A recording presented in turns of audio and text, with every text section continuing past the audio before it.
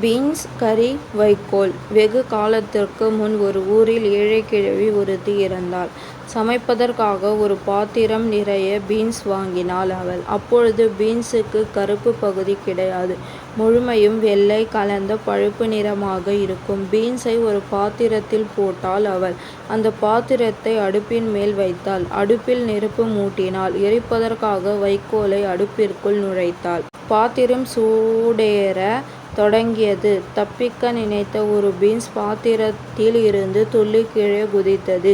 தீயில் எரியாமல் ஒரு வைக்கோல் எப்படியோ வெளியே வந்தது. நெருப்பு சுட்டு ஒன்றும் தப்பித்து வெளியே வந்தது.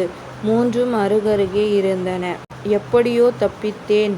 இல்லாவிட்டால் கூட்டத்தோடு நானும் இறந்திருப்பேன் என்றது பீன்ஸ். என் நிலையும் உன்னைப் போல்தான். கிழவியை ஏமாற்றி விட்டு வெளியே வந்தேன். இல்லாவிட்டால் இந்நேரம் எரிந்து இருப்பேன் என்றது வைக்கோல். என்னைப் போல 20 பேரை அந்த கிழவி அடுப்பிற்குள் போட்டாள். எல்லோரும் இந்நேரம் புகையால் சூழப்பட்டு உயிருக்கு போராடி கொண்டிருப்பார்கள். நல்லவேளை நான் தப்பித்தேன் என்றது நெருப்பு துண்டு. உங்களை இருவரையும் சந்தித்ததில் எனக்கு மகிழ்ச்சி. இப்பொழுது நாம் என்ன செய்வது என்று கேட்டது பீன்ஸ். நாம் மூவரும் எப்படியோ சாவியிலிருந்து தப்பித்தோம். இனிமேல் நாம் எல்லாம் நண்பர்களாக இருப்போம். பல ஊர்களுக்கு செல்வோம். இனிய அனுபவங்களை பெறுவோம் என்றது வைக்கோல். நெருப்பு துண்டும் பீன்ஸும் இதை ஏற்றுக்கொண்டன. அருகருகே இருந்தபடி மூன்றும் சிரித்து பேசிக்கொண்டே நடந்தன. சிறிது தூரம் சென்றன. அவற்றின் எதிரில் ஒரு ஆறு குறுக்கிட்டது. அதில் தண்ணீர் ஓடிக்கொண்டு இருந்தது. மூன்றும் அந்த ஆற்றின் கரையில் நின்றன.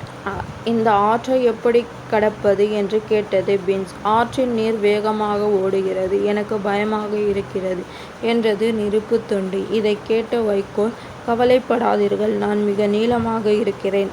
இக்கரையிலிருந்து அக்கரை வரை ஆற்றின் மேல் நான் படுத்து கொள்கிறேன். நீங்கள் இருவரும் என் மேல் நடந்து அக்கரையை அடைந்து விடுங்கள். பிறகு நானும் அக்கரை வந்து விழுகிறேன் என்றது.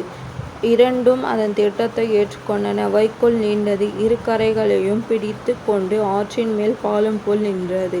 நெருப்பு துண்டு மெதுவாக வைக்கோலின் மேல் நடந்தது. ஆற்றின் நடுப்பகுதிக்கு வந்து அது கீழே பார்த்தது. தண்ணீர் சலசலவென்று ஓடுவதைக் கண்டு அஞ்சியது. அது பயத்தால் தயங்கியபடி சிறிது நேரம் அங்கேயே நின்றது.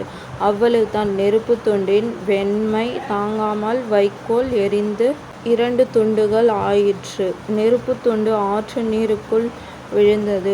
உஸ் எல்லா சத்தத்துடன் புகை எழுப்பி நீருக்குள் மூழ்கியது. அது 2 துண்டுகளாக வைக்கோலும் ஆற்று நீருக்குள் விழுந்தது. ஆற்று நீர் எதை அடித்து கொண்டு சென்றது.